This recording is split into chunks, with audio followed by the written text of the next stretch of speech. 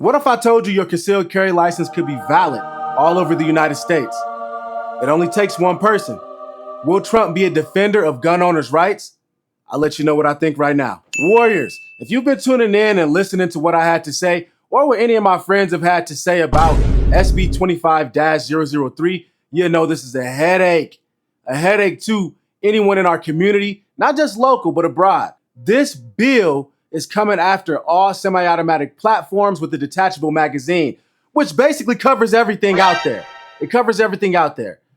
This is terrible, and it could collide and come to a state near you. This bill has already been to the floor. It is pushed straight onto the House, and it's scary, man. It's intimidating and it's frightening. It is messing with people's livelihoods. It is coming after your freedom, and it essentially is making concealed carry more dangerous. We're talking about boat guns, wheel guns, and shotguns only, or something that you may find a freak of nature with the detachable magazine. Listening to a live that my man Teddy did over at Spartan Defense, I was able to see that we already have 4 of the 6 Democratic votes that we need, or at least 4 of those people are leaning towards our direction. Thank you, Nick Henderson out of Pueblo. If I'm pronouncing your name wrong, sorry. But I appreciate your take on this bill and understanding that it does jeopardize that Second Amendment freedom, and it is super dangerous to unload any of these firearms and comply with the other laws already in place here in Colorado, which is when you're not operating a firearm or you do not have it on your person, the ammunition needs to be stored in a separate place or not in the firearm. How hard is that to do with a boat firearm? Now, will Donald Trump defend gun owners' rights? I think that he will, man, but I think that he has so much other things that he has to address. The M situation, if you guys don't know what that is, use your brain. The M situation, and I don't think that he has an issue with helping us out in the Second Amendment community. He did mention reciprocity across every state as long as you have a valid license in the current state you live in. I think it's going to take some time. And to be honest, it's time that we don't have, at least here in Colorado. The clock is ticking, man. The clock is ticking like crazy for us to be able to exercise our God-given rights. Trump's Agenda 47 didn't say anything about firearms right now, but he did say that he was aiming to turn over the law that was passed in like 2017 by Biden. So, as I said earlier, hopefully he'll see the light. He'll see that we need this more than ever. We need the POTUS's support more than ever here in Colorado and all over the United States. Now, I want to dig in a little deeper on this SB25-003. I keep saying that just so you guys understand exactly, you get a context of the bill exactly, and it'll also be down there in the comment section and the description. But this right here on my chest, this will become illegal. This is a PSA micro dagger with 15 rounds.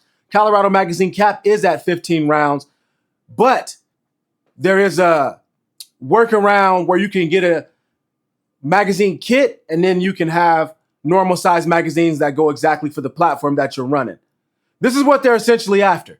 I'm like, why don't you just come after that completely instead of attacking every facet of the gun community when you're telling us your aim is at this? It's like your aim is at this and you hit a whole 180 and you want to go back and grab the same way that they've been doing for the past 3 years. This is our 3rd year in a row facing a gun ban. In Denver, they already have an assault weapons ban. And in Boulder, they already have an assault weapons ban.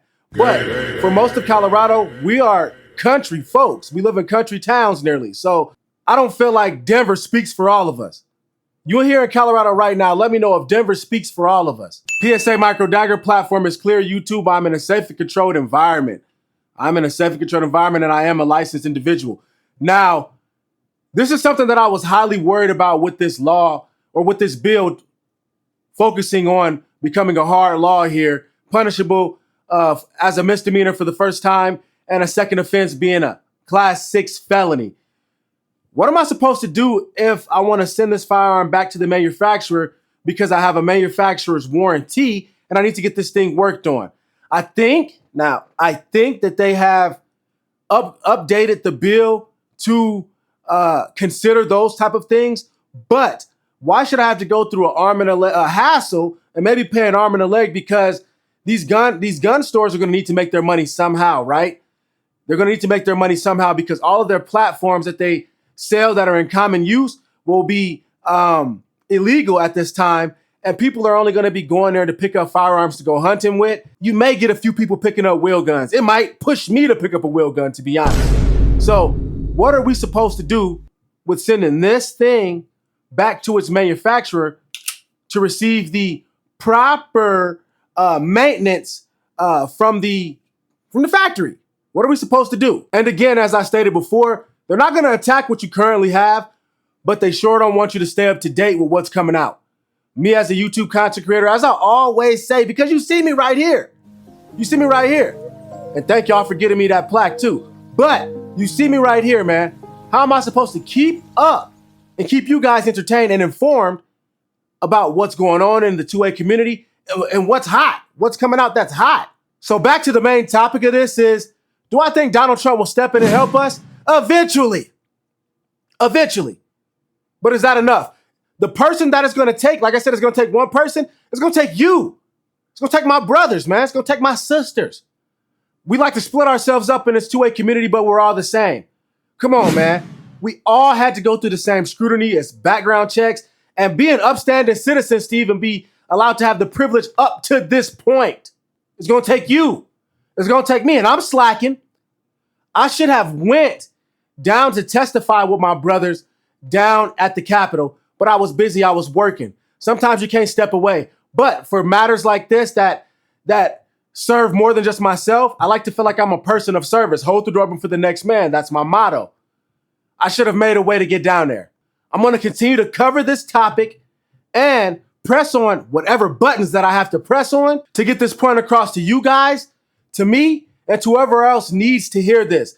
To the Democrats that don't have a high sentiment against firearms, because there's some out there, man. There's definitely some out there, just like Nick right here, the Senator Nick out of Pueblo. I don't even want to mess his last name up again.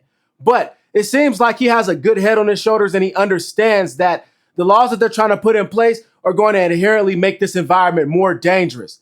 Someone left a comment down on one of my videos and said, you guys deserve to lose your firearms in Colorado because you have the 420 style community and a lot of hobos and a lot of people coming in from other states.